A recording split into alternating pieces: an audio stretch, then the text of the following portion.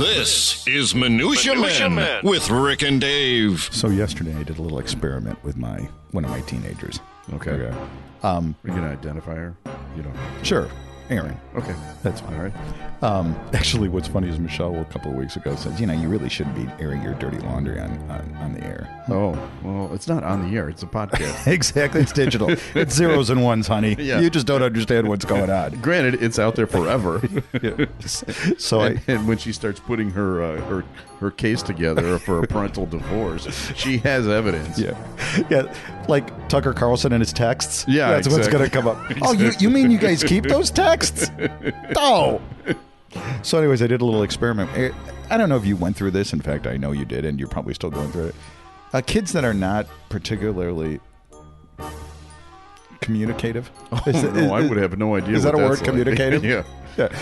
So I did a little experiment yesterday. I'm like, you know what? I am not going to initiate any conversation with Erin the entire day and see if I even hear her speak. Okay. So, and I do when she comes home from school, I do the, hey, how was school? Yeah, sure. Fine. Did you learn anything? Whatever. No, right. So I'm like, you know what? I'm not giving her I'm just not going to say anything. Yeah. So she comes into the door. I was on the couch. Yeah. Come to the door. I didn't say hello. She didn't say hello. Yeah. She sits down next to me. Didn't say a word. I didn't say a word. Wow. I did not hear. I assume she still could speak, but I didn't hear one utterance from her yesterday at all. I have done an experiment like that similarly. In fact, I do it, I'd say about once a week. I sit down at dinner time.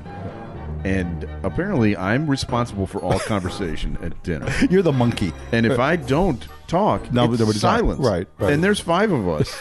We'll just sit there and, and nothing will be said. Actually, when Sean is here, he's a little chatterbox. He's a chatterbox. But the other 4, no. So you're kind of like the Simpsons. You ever see the Simpsons when they eat? Yeah. Yeah. Yeah, very much like that. And usually my comments are like, boy, this food is great. Yeah, right. Who cooked it? Of course, you made it, Dad. That's about it. Is this Bolivian broccoli? Oh, my God. My God. This must have really been a difficult I thing went to the make. Woodman's. Broccoli's 37 cents a bushel. Wow, you guys are so lucky to have dinner this good every night. But yeah, when I'm not speaking, everyone just assumes I'm depressed or something. Right. But, what's wrong, Dad? Yeah. Right. Like, how about you? You're not saying anything. Do you see this curvature of the spine? That's from carrying these conversations for 30 years. Well, we've got a whole nother one we got to carry here. No. And it's the show Minutia Man, which is up right now. The following is a Tony Lasano podcast, an Opie production on the Radio Misfits Podcast Network. This is Minutia Men with Rick and Dave. You know what I'm going to do this weekend? What's that? I'm going to not say anything, but I'm going to stare in her eyes and make eye contact 100% of the time with it. That's not a bad one. Yeah, just look at it. It's like, and then she's going to crack. There's no doubt that she's going to. Of course, she's going to say, what? Yeah, all right. Report back next week. Okay, we'll report back next week. Rick, we got a hell of a show. We got to get cooking here. All right, let's roll it. So this story comes out of the great state of Vermont. Okay. Wouldn't you love in political... You know how they always say the great state of whatever? Yeah. What about... How about the state that nobody really cares about, Vermont? Yeah. Well, or something like, the good enough state of Florida, or we're slightly embarrassed with our state of Florida. Yeah, right. Or with Vermont is like, oh, you guys are a state, aren't you, of Vermont? Isn't that near New Hampshire, Vermont? Here's the headline: 5th grade teachers replacing the terms male and female with person who produces sperm and person who produces eggs. Oh, for crying out loud. 5th graders at an elementary school in Vermont are being encouraged to avoid terms like boy, girl, male, female, and replace them with language like person who produces sperm and person who produces eggs. Isn't it embarrassing sometimes to being a liberal? It's embarrassing. Absolutely. I'm not going to defend it. No, I'm not either. So the principal, and I'm not making up her name, Sarah Jablonski. Wasn't that the name of our heroine in South Side Story, the play we wrote about the Cubs and Sox fans? Right, Jablonski. Yeah. I just met a girl named Jablonski. So she... And suddenly, I'm sorry. I remember all the songs. Yeah, I can't believe that didn't take off. It could still happen. So she wrote a letter to the parents. It said, in an effort to align our curriculum with our equity policy, teachers will be using gender-inclusive language throughout this unit. They're doing a health unit. With any differences, we strive to use person-first language as best practice. So just for one unit. Well, yes, but okay. But here's the deal. Okay, yeah.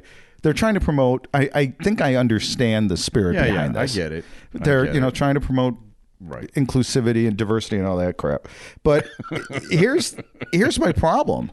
Yeah. Is in doing this, they are lumping all sperm in the same category. Oh, person who produces sperm. Well, is my sperm like your sperm?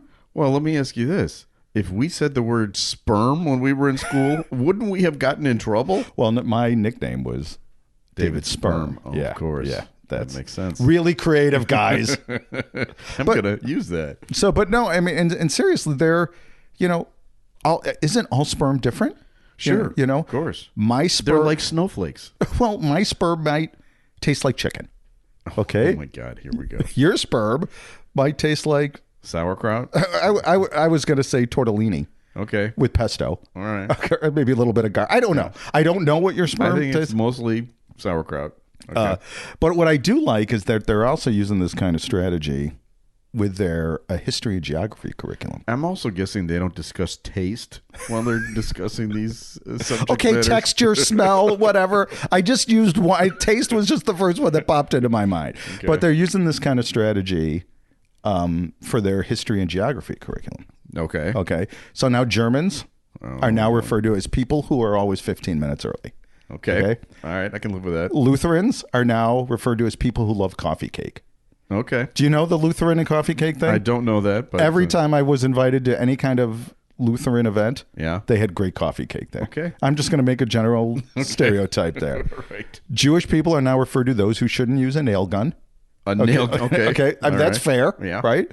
And Kenyans are now referred to those who win every fucking marathon. They do. Okay. So they do. Those are now the terms that are being used in Vermont at the Founders Memorial School. Okay. Thank you, Sarah Jablonski. And I can now exhale because I was worried where you were going. You thought it was going to go a little too racist? I really was a little worried. It was fun racism, right? I was a little worried. This was fun racism, though, right? Yeah, I can live with that. All right, I have a story for you. This is a airline story. And I can't really decide how I feel about this one. A Southwest flight from Atlanta to Houston was delayed last week after a flight attendant allegedly refused to let the plane take off until rice spilled in the aisle by a passenger was cleaned up. Southwest Airlines passenger Jennifer Shaper wrote about this in a bunch of tweets April 15th. She called it Ricegate. She said that someone boarding the plane had spilled the rice. Now, she also put a picture on her Twitter page of the rice. And it wasn't like, 4 grains of rice. It was like if you ever get a enchilada plate and you have, the enchiladas and then next to it a giant pile of, Spanish rice of some kind. Right. It was all of that rice. Okay. All in the aisle. So like a styrofoam container, one of the full little compartments of rice. Yes, exactly. So the flight attendant apparently was going up and down the aisle screaming, "Who spilled the rice?" Walking up and down the aisles, refusing to leave the gate until someone cleaned up the rice. How much you want to bet that flight attendant had a German accent? Right? Did your mother? Let me just say that's pretty much exactly what my mother would say. Right. So anyway, in a follow-up tweet, she said that when the flight attendant was saying this, it kind of made them giggle. Yeah. They thought it was funny. Yeah. And so once you're giggling, you're instantly one of the people that they think must have suspect. Done. Yes, right, suspect you're a number suspect. one. Yeah, they looked at her suspiciously. In another tweet, she shared a video of the flight attendant making an announcement about the flight not taking off. Now I have that tape here. Let me get that for you. This is this. You can kind of hear it in her voice. And by the way, not a German accent. Okay. But you can kind of hear the irritation in the voice. Here goes. And the sweep of this rice, and you don't have to walk through it, and it won't be an eyesore. So we apologize. But again, I don't think you want to walk through it. So let us take care of this at the gate before we leave. Thank you. And the Basically what she's saying. Right. Yeah. I got to take care of this now, Right. so we're not leaving. Yeah, right. Yeah. I'm waiting for the person that did this to clean it up. Take a little accountability. Apparently not. Apparently no one is living up to their rice spilling. And But wouldn't it be the people? It's in the aisle, right? Yeah. Wouldn't you think the people that are right next to the? or how about somebody narking on him? Somebody like, hey, it was Chuck. It was this guy right here with the hat. I would have thrown you right under the bus. I know you would have. So anyway, this is the story, and they didn't take off, and then Whatever. while they were cleaning it up, they didn't take off, and then while she was cleaning it up, some other passenger got up and used the bathroom, which is against the rules when you are In standby mode. Yes. Yeah. Yes, so they got very upset about that, and they made another announcement. The pilot said, we're not taking off because there's somebody in the bathroom. And you know this guy or gal walked out of the bathroom with the whole... I'm looking at him. I just think this is... I'm not the rice guy. I'm the poop guy. Okay? He's the rice guy. I just think it's funny, but maybe it's the German in me. But I think I'm on the side of the flight attendant. Absolutely. Yeah, pick up your damn rights. Take responsibility. So anyway, that is the story, and it was a Southwest airline flight. And if you want to look it up, it's kind of a funny chain of texts. Tweets from a woman named Jennifer Shaper. Okay. It's all out there for you. Hey, we got a review here, and it's a real short one. Okay, and I think it's written by a young person. Okay, maybe even under 40. Oh, OMG is LOL funny. Okay. That's the whole thing from Gplay on Podbean. Okay, so can you translate that for us? Oh my God, Minutia Men is laugh out loud funny. Well, I think that everyone can. But would it have killed you to use the actual words? Yeah, I know. Were you that busy, Gplay, that you couldn't write out the full words? You know, my favorite one is when I text with my son, and instead of saying okay, it's just K. K, I know. Because that extra O is good at, right. I'm studying here, Dad. I don't have the time. Who's got the time to do O and K? All right. It's time for another feature. We call this one. Time now for Studio Walls. And the words of the prophets were written on the studio walls. So one of my favorite shows on TV right now is John Oliver. Do you ever watch that show on HBO? I don't usually watch. I watch, the clips are all over. Yeah. So I watch the highlights of it. It's one show that my whole family gets together and we watch on Sunday nights. Last week tonight with right after Ed Sullivan. John Oliver. right after Ed Sullivan. But this week was John Oliver's birthday. And of course, in the Studio Walls feature, we bring back people, interviews that we've done in the past. And I'd love to play the John Oliver interview. Yeah, but he has not returned any of our emails. He's never been on the show. But we have had people that have worked with him or been on the show with him, and including one of his writers, Josh Gondelman, who is a comedian and a very nice guy. Very funny writer. One of the nicest. You can probably hear how nice he is in this. In fact, it's one of his bits that he's... How nice he is. Right. And so this goes back during the... Is this COVID? During COVID, because you're on the phone on this. Okay. Right, when you were literally phoning it in. Do you remember that? Yeah. All right, this is going back about 2 years. It's from episode number 178 of Minutia Men. And here it is. Now, the great thing about that show, and obviously how great that show is, but the way every week they take that deep dive on a subject, which is something that no other late night show really does. How does that work in the writer's room? You've got, you said there are 8 writers. Do they assign a topic? Do you get sent out to work on a specific topic for a few weeks? Because obviously there's a ton of research involved. Yeah, there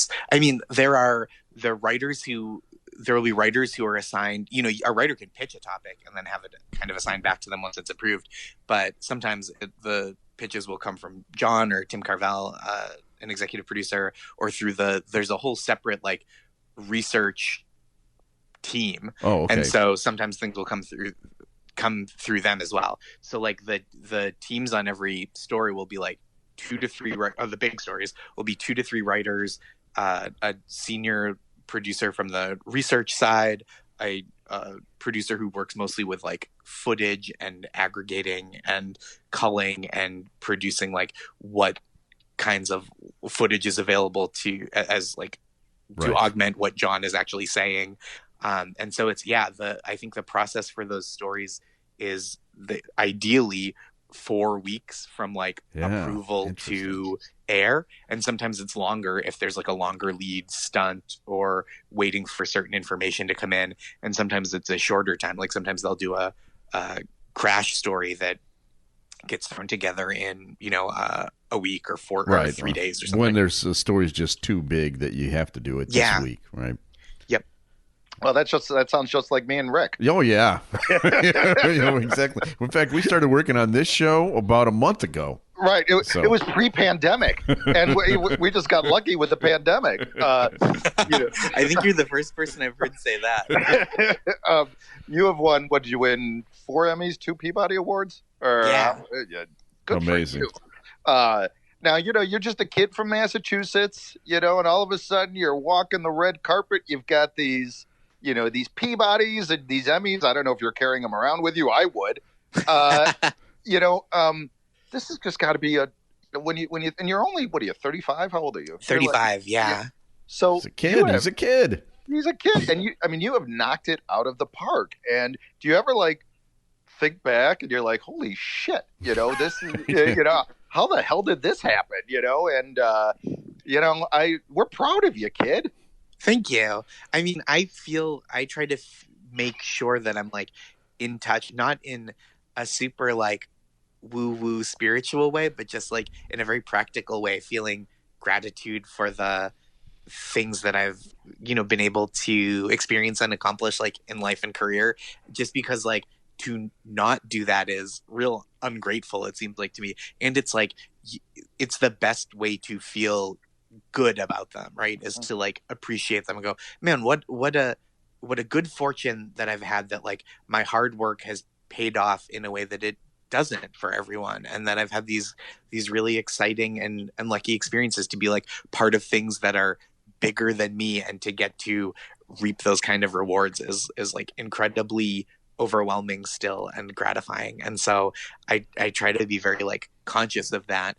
And I have periods of crankiness of oh, why didn't I get booked for this, or what could I not sell that? And I think the cure to it is oh, well, I'm in this position where my job is doing this creative work that I really like and find really satisfying. So I should just do more of that and feel very grateful for what I have. Yeah, he's a nice kid. Yeah, he's a nice kid, and he has gone on to other things too. I don't know if you even know this, Dave, but I've been watching the new season of Mrs. Maisel. We're waiting for it all to get done. I can't do the waiting for a week. I have to binge watch them. Bridget insists on the waiting. She really likes doing it that way. Can't. So he is now one of the consultants on Mrs. Maisel. He does the I think he's called the stand-up consultant, teaching them how to do stand-up, the actors. Because he's not on the show, but he's a right. He's in the credits. Yeah. When I came in, I'm like, Josh Gondelman. We know him. Yeah, we've had him on the show. But he's a swell guy. You can check it out. It's episode number 178. We get into some more funny stuff, but this week I wanted to share you with the stuff about John Oliver. Yeah. All right, I have something else to share for you. This kind of fits into the studio walls. Time now for Rick and Dave to open up that e-bag of email. All right, this is an email I got just this morning from an old radio pal of mine named Dan. He writes, Mark Grace did a favor for my brother. We were driving and we listened to your interview with Roger Bennett in Arizona. We both loved it and bought the book, the Roger Bennett book. Oh. If you keep in contact with Roger, who I first saw on Morning Joe, tell that White Sox lover that Mark Grace loved his book. Oh. And loved the interview. Wow. That's great. So I thought that was kind of cool. I wonder how Mr. Bennett's doing with the White Sox right now. Yeah. They're pretty bad. Yeah. Oh, boy. Yeah. He's probably. You saw a ranking of the teams. The MLB has this ranking that they put out. Are they the every last? week. Are they? No, they're Oakland is the worst. They're 28th. Yeah. It's not good. Yeah. As a Cub fan, let me just say, right. I know how you feel. I've been trying to get Rick Hahn on the show. He's not responding to any. Do you ever tell the story on the? I don't think we've ever told the story when I was working in radio, and I have this celebrity phone book, and you came over to my apartment one time when we were living downtown, and you saw Ron Schuler's name and number in the phone book, and you called up and left a message on his machine. And he called me back. He called you back. He called me back. At the time, he was the general manager of the White Sox. And I remember, and he was the general manager for like a long time. Yeah. And I remember how I send the email or the voicemail to him. It's like, Hey, Ron, Dave here, a longtime White Sox fan. I just want to say I really, really appreciate your effort. I'm sure that's not. No. Listen, I was like, I really, really appreciate it. I know it's not easy when you're starting a new job. Okay, you've been there for 14 years, and it's hard. It's hard. And I just started this really passive, aggressive, really mean voicemail. I know you probably thought Tim Raines would be a great leadoff man, but right. You know what? We make mistakes. Maybe you made 28 of them. That's fine. Yeah, I used to have to hide my celebrity phone book when you came over. I remember I also got Mike Tomczak, right? Yeah. And I left him a nasty message after he threw 5 interceptions. Yeah. So I'd like to apologize. So I'm the bad guy for him throwing 5 picks, and I'd like to apologize to Mike Tomczak as well. Do you have any more stories to share with our readers? Yeah, or listeners? Rick, I know that what is your biggest fear? Is being buried alive in a coffin, right? Is that one of your biggest fears? Yeah. Well, I think I got another one that may. Oh, I might good. put another one. Another one. Great. Headline: Bulldog puppy that chewed his owner's toe to the bone hailed as a hero. A retired builder has told how his dog potentially saved his leg by chewing his toe to the bone while he was asleep. David Lindsay was taking a nap on his sofa. Taking a very deep nap. When his wife screamed, "Dave, the dog is gnawing your big toe." And he looked down and it was just completely covered in blood. Oh, my God. So this bulldog, as dogs do, little Wessie, my mini poodle, loves gnawing on stuff. By the way, before you finish this, every time we do Zoom calls now, the dog is have your dog there. Right. It's like he's like a prop. Right. He's pretty cute. Yeah. So, Whatever. So David Lindsay, like I said, taking a nap. This bulldog comes, literally chews his toe to the bone, blood everywhere, cracks the toe. He didn't feel it. Right. His wife screams, "Dave, the dog is eating your toe." Turned out that his foot was numb. Okay. How often give me a ballpark percentage of how often your foot is numb? About 73% of the time. I know you guys are thinking of getting another dog. Don't get another dog. So it turns out that while he was napping, I guess, the blood didn't circulate to his leg anymore. There was some blockage while he was sleeping. His foot got numb. That's how they found out about it. They had to go to the doctor, obviously, because, his toe was hanging by a thread.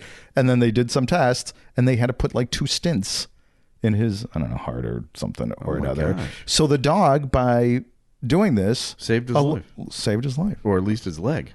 At least his leg, right. Now, as somebody who takes some pharmaceuticals to go to sleep at night, between a little melatonin, a little Ambien, a little Adderall, not that you have a problem. Right. I'm worried that, little Wes is a cute little puppy, but if he gets his chance, who knows what's going to happen, right? I outlived my dog, Ivy. We put her down last year. I still miss her. About a year ago, actually. Yeah, right? but I have to say, I'm glad she went before me because there were times when we were wrestling around. Did she give you a look like there were times where all of a sudden she'd give me a look like I could kill you and eat you and nobody can stop me. Right. And there's not a jury that's going to convict me. Right. Because I'm a pit bull. Exactly. All right. I have a story for you that's also in the animal pain category. This is about stings, and we should rest in peace, Justin Schmidt. Justin Schmidt, who was he? He was a man who chronicled descriptions of 78 entries of ant, bee, and wasp stings and created something he called the pain scale for stinging insects. Okay. All right, he passed away this week, and I know the first question you're going to ask, no, he did not get stung. There was nothing like that. I think he had Parkinson's, right? But here's what he did. He wrote a book called The Sting of the Wild, in which he rated how much stings hurt. Okay. And he would seek it out. He'd look for different kinds of insects, ants, bees, whatever, that he knows stung, and he would cover his body in them, or he'd let them crawl on him, or he'd mess with a hive or whatever. And he has a list of all He'd taunt the insects. Yes, but the best part about this is not just the rating. He'd rate them between 1 and 4, but he would describe what it felt like. Okay. And I'm going to read you some of these. All right, these are one of these at each of the ratings that he had, 1 through 4. All right, here is a level 1, the anthrophorid bee, level 1. Mm-hmm. The sting feels almost pleasant. A lover just bit your earlobe a little too hard. Oh, okay, that's kind of nice. Right? Do not touch my ear. I'm very sensitive with my ears. Then stay away from that kind of a bee. Do not like anybody touching my ears. The bullhorn acacia ant, which is a level 2. That's a rare, piercing, elevated sort of pain. Someone has fired a staple into your cheek. Okay. That's what that feels like. Okay. All right. That's level 2. Level 3, the red-headed paper wasp. Okay. All right. Immediate, irrationally intense, and unrelenting. This is the closest you will ever come to seeing the blue of a flame from within the fire. Okay. That's not a good one. Pretty descriptive. Yeah. And then bullet ant, level 4. Bullet ant. Yeah. All right. Pure, intense, brilliant pain, like walking over flaming charcoal with a 3-inch nail in your heel. That is... But see, that wouldn't be bad with you because you don't feel anything on your heel. I don't. So, but bees scare the hell out of me because I'm allergic to bees. And do you like blow? Do you like completely blow up? I've had to be hospitalized. Have you really? Yeah. When was this? In 1978 was the last time. Did you like blow up like an inflatable? Yes. I got bit in the hand. My hand became like the size of like a gorilla or something.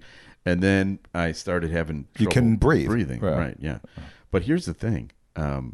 This past week, there was a bee incident also at the Mexican Open Golf. You sent me this. This is kind of cool.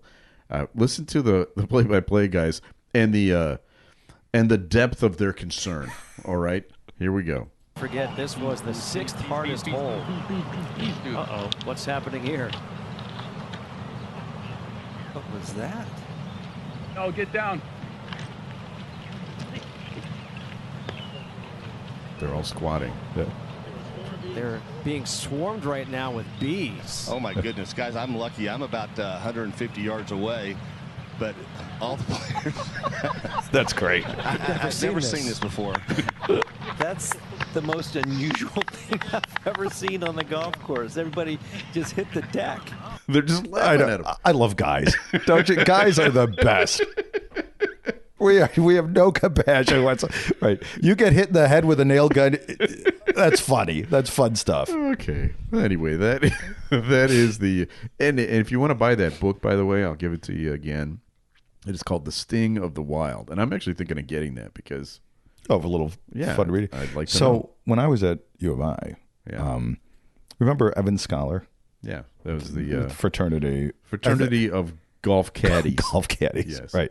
And they had a couch or like a chair outside of their place. You know what? I vaguely remember this. Right. And we're just, I don't know if you were with me or not. And I was just goofing around and I went and sat in the chair. I sat in the chair. And then all of a sudden I got stung by like 9 wasps. And the reason they put it out is because there was a wasp's nest in the chair. Now, I don't know how that happened. I didn't ask. But I must have gotten stung like 8 times in, 20 seconds. I think you might have been making fun of the Evan Scholars guys. Yeah. And it was only fair. All right. Time for another feature. A random name pulled out of Rick's bowl of brushes with celebrities. Mixture, collection, selection, assemblage, medley, assortment, variety. Time now for Celebrity Potpourri with Rick and Dave. So this is the part of the show where we share brushes with greatness stories. And usually for the last, year or so, we've been reading emails from people. Mm-hmm. But this week, there were 2 big celebrity deaths this week. Jerry Springer passed away, and Harry Belafonte. Oh, he also died. And I have a story that ties those two together. Wow. So how often is that going to happen, right? So I have to share it with you. This goes back to like 1997 or so. Okay. I was producing John Landecker's show at the time, and the big story in the news that week was Channel 5 in Chicago, NBC, hired Jerry Springer to do commentaries on the news. On the 10 o'clock news. Right. Now, this really ticked off the respected news people. Carol Maureen and Ron Majors were the newscasters on the 10 o'clock news. Carol was so upset, she quit immediately. And then you'd think that would have deterred the guy who came up with the idea of putting Jerry Springer on there. His name was Lyle Banks. He was the president of NBC. No, it did not deter him. Then Ron Majors also quit. Okay. They both ended up at other stations in town. But the day after, the morning after Ron Majors quit, we got him on the phone. Okay. On the Landecker show. And I wrote a song about this incident. To a Harry Belafonte. Harry Belafonte song. You know the song Deo, the Banana Boat song? Yeah. I wrote the lyrics to this. Vince produced it right before the show, and we played it for Ron Majors on the air. And, when am I ever going to get a chance to play this song for Never. you again? Right. All right. So this is begging. Both of them dying in the same day. I mean, they're asking for it. The universe is right. The speaking. only thing is if Ron Majors had also passed away, he's still with us, thank God. But I just saw Ron Majors on television. He's a poker player. Oh, I and didn't he know was that. on the Windy City Classic. He was playing poker. Oh, there you go. Yeah. Oh my God. Well, in 1997, we got him on and we played this song for him. Major's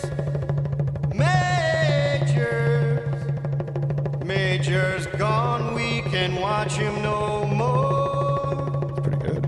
Major, we say Major. Major's gone, we can watch him no more. Lyle Banks has destroyed Channel 5. Major's gone, now this is pretty we watch good. him no more.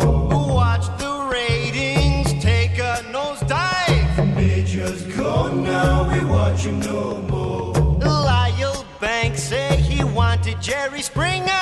Major's gone, now we watch him no more. Ron and Carol both gave him the finger. Major's gone, now we watch him no more.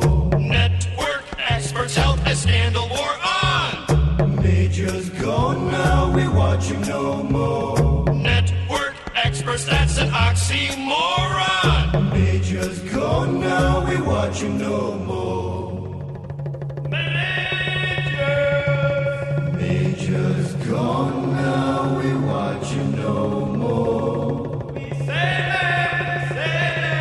Major. Major's gone, now we watch him no more.